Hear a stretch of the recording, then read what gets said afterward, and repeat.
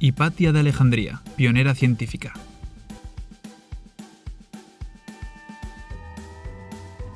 Alejandría, fundada por Alejandro Magno en el año 332 a.C., fue la cuna de grandes personalidades como Euclides, Eratóstenes, Arquímedes o la propia Hipatia, nuestra protagonista.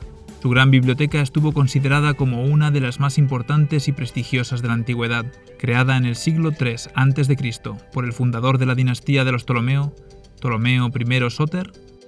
Esta biblioteca formaba parte de una institución de investigación conocida como Museion, dedicada a las musas, las 9 diosas de las artes. El Serapeum, o Templo de Serapis, albergó una segunda biblioteca, conocida como hija de la primera. Teón de Alejandría, matemático, astrónomo y filósofo, fue su último director. Su hija, Hipatia, que nació sobre el año 370 después de Cristo, recibió educación en estas disciplinas, algo inusual para una mujer en aquella época. Su familia pertenecía a la élite y era de religión pagana, y gracias a esa posición le fue posible acceder al conocimiento y al estudio. Así se convirtió también en matemática, astrónoma y filósofa como su padre, y se dedicó a la enseñanza, practicando el neoplatonismo. Esta corriente fue una reinterpretación del pensamiento filosófico de Platón, en la que se abogaba por una trinidad. Primero estaba el uno como entidad suprema. De él se derivaban las ideas, y de estas procederían las almas.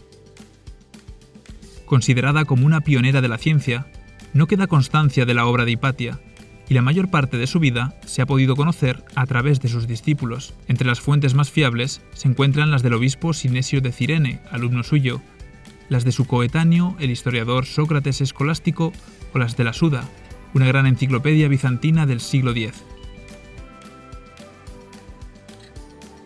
En el siglo IV después de Cristo existió una confrontación entre dos religiones, la cristiana y la pagana. Esta última estaba establecida en las élites de Alejandría, mientras que el cristianismo era popular en las clases más bajas. Sin embargo, poco a poco el cristianismo iba ganando más terreno, pero la escuela de Hipatia no incluía diferencias religiosas y sus alumnos procedían de ambas creencias y de diferentes partes del mundo. Hipatia se basaba en el conocimiento matemático para llegar a sus conclusiones filosóficas. Entre sus principales aportaciones en matemáticas se encuentra una revisión que hizo con su padre de la obra de los elementos de Euclides, base de la geometría de la antigüedad. También escribió el comentario de la aritmética de Diofanto. Con ellos, además de mejorar lo escrito, pretendía facilitar a sus alumnos y a nuevos lectores su comprensión. En astronomía, pudo colaborar de nuevo con su padre en una revisión del Almagesto de Ptolomeo, escrito entre los años 138 y 161 después de Cristo. Primer tratado matemático en el que se explica de forma muy detallada los movimientos celestes.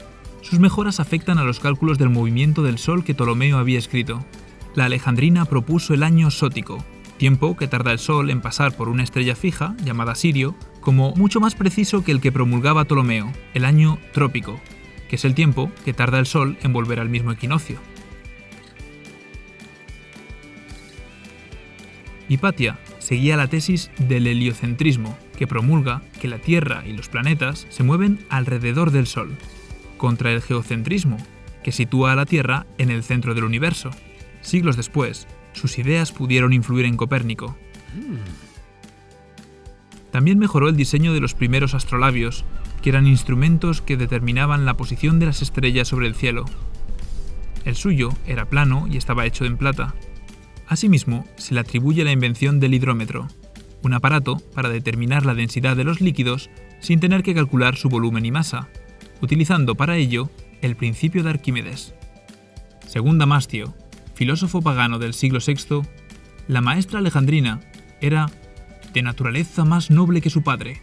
No se conformó con el saber que viene de las ciencias matemáticas, sino que se dedicó a las otras ciencias filosóficas con mucha entrega. A pesar del conflicto político-religioso que había en aquel momento, ella nunca renunció a sus ideas, hecho que probablemente le llevara a su muerte, asesinada por una turba de fanáticos en el año 415.